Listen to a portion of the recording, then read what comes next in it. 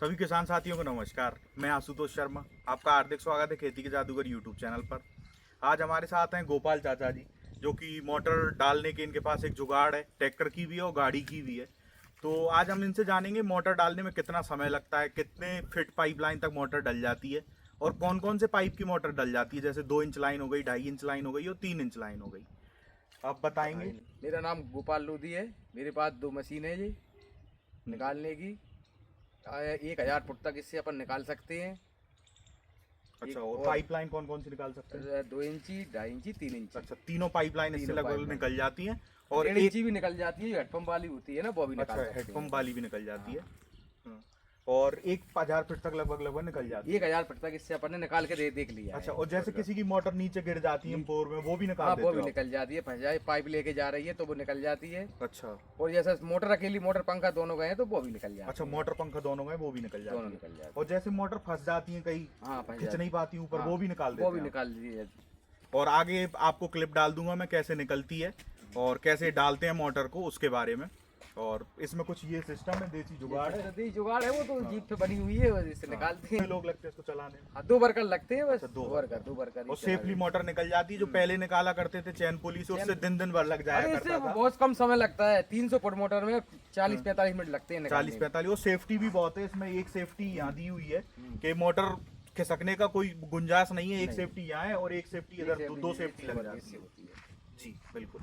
सबसे पहले मोटर को अच्छी तरीके से कस के तैयार कर लिया जाता है और सबसे पहले ट्यूबवेल में मोटर को डाला जाता है। मोटर को डालने के बाद क्लैंप में मशीन के पाइप को कस दिया जाता है।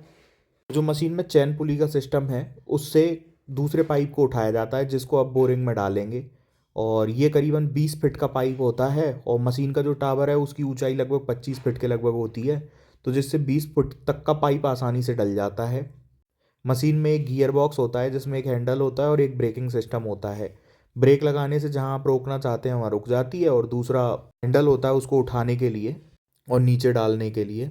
जैसे आप देख रहे हैं, ये पाइप ऊपर उठ गया है।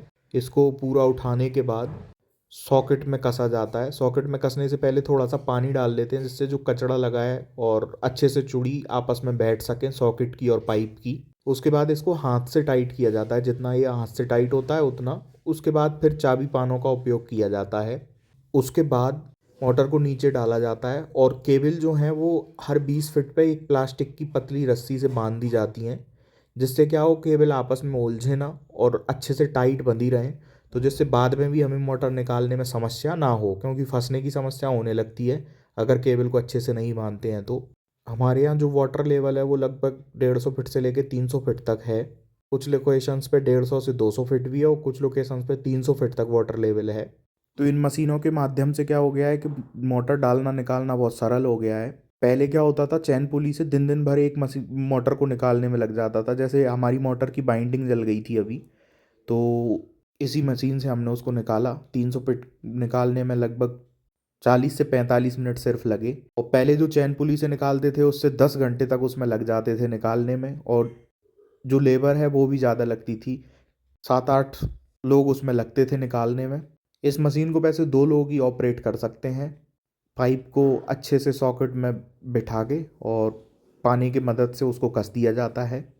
अभी गेहूं की फसल में हमारा पानी लगना है पहला, तभी कुछ दिन पहले मोटर की बाइंडिंग जल गई थी, करीबन 2 दिन पहले। तो दोबारा उसको भरवा के और मोटर दोबारा डाल रहे हैं, ऐसे पाइप को अच्छे से टाइट करके सॉकेट में, जिससे चूड़ी पाइप की जो है वो अच्छे से बैठ जाए और अच्छे से टाइट हो जाए, जिससे बाद में समस्या ना आए। इसको कसने के बाद मशीन की मदद से उसको नीचे डाल दिया जाता है और ये पाइप डलने के बाद ऊपर क्लैंप कस दिया जाता है कि जिससे कि नीचे ना खिसके और दूसरा नया पाइप उठा के उसमें कसा जा सके। जैसे कि ये नीचे रख दिया गया है। अब वहाँ जो क्लैंप लगा हुआ है, और ये टावर लगभग 25 फीट का है और 20 फीट की पाइपलाइन इससे आसानी से डल जाती है।